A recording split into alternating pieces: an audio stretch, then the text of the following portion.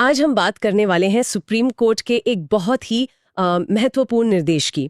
और इसकी कहानी ना किसी सर्कुलर से नहीं बल्कि दिल्ली के उस धुंधले आसमान से शुरू होती है जिसे हम सब देख रहे हैं। ऐसा लग रहा है कि ये धुंध अब सुप्रीम कोर्ट के दरवाजे तक पहुंच गई है। बिल्कुल, और उसने अदालत को अपना काम करने का तरीका बदलने पर एक तरह से मजबूर कर दिया है।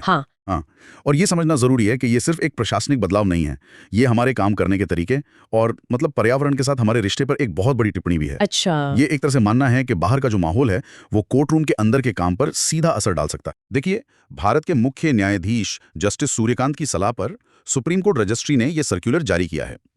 इसमें साफ साफ कहा गया है कि दिल्ली के खराब मौसम को देखते हुए वकील और जो लोग अपना केस खुद लड़ रहे हैं, यानी पार्टीज इन पर्सन, हाँ, वो चाहें तो वीडियो कॉन्फ्रेंसिंग के जरिए सुनवाई में शामिल हो सकते हैं।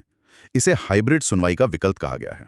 यहाँ ये हाइब्रिड शब्द बहुत जरूरी है। इसे थोड़ा और समझाएंगे? मतलब ये तो नहीं कि सब कुछ ऑनलाइन हो जाएगा। नहीं, बिल्कुल नहीं। हाइब्रिड का मतलब ही है मिला जुला सिस्टम। मान लीजिए एक केस में दो वकील हैं, एक को लगता है कि वो कोर्ट में रहकर बेहतर बहस कर सकता है तो वो जा सकता है, लेकिन दूसरे को लगता है कि नहीं, बाहर का प्रदूषण सेहत के लिए ठीक नहीं, तो वो अपने ऑफिस से वीडियो लिंक से जुड़ सकता है। और जज कोर्ट रूम में ही होंगे। हाँ, ये जो लचीलापन है ना, यही इसकी सबसे बड़ी खासियत है। टेक्नोलॉजी न्याय को रोकने नहीं दे रही। मिथा, बिल्कुल। हम सबने वो तस्वीरें देखी हैं। अब सोचिए, एक वकील को उसी हवा में सांस लेते हुए कोर्ट में घंटों बहस करनी है। सही बात है। तो ये निर्णय उस जमीनी हकीकत को पहचानता है। दिलचस्प बात यह भी है कि अदालत यहाँ सिर्फ वकीलों की सुविधा की बात नहीं कर रही है। नहीं, ये उससे कहीं आगे की बात है।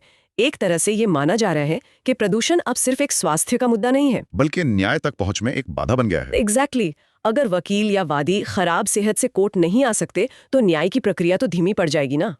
ये एक बहुत बड़ा वैचारिक बदलाव है, जहां एक पर्यावरणीय समस्या को कानूनी प्रक्रिया की रुकावट के तौर पर देखा जा रहा है। हाँ, जब लीडरशिप खुद ऐसा कदम उठाती है तो पूरे सिस्टम को एक साफ संदेश जाता है कि हालात सामान्य नहीं है। देश की सर्वोच्च अदालत एक पर्यावरणीय संकट के चलते न्याय देने के लिए आधुनिक तकनीक और हाइब्रिड तरीकों को सक्रिय रूप से अपना रही है। हाँ। यह न्याय तक पहुंच बनाए रखने का एक प्रैक्टिकल तरीका है जब फिजिकली कोर्ट में मौजूद होना मुश्किल हो। और यहीं से भविष्य के लिए एक महत्वपूर्ण सवाल खड़ा होता है।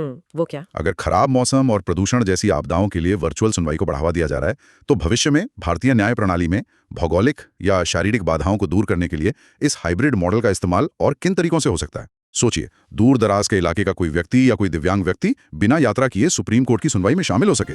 इस कदम ने उस संभावना के दरवाजे खोल दिए हैं।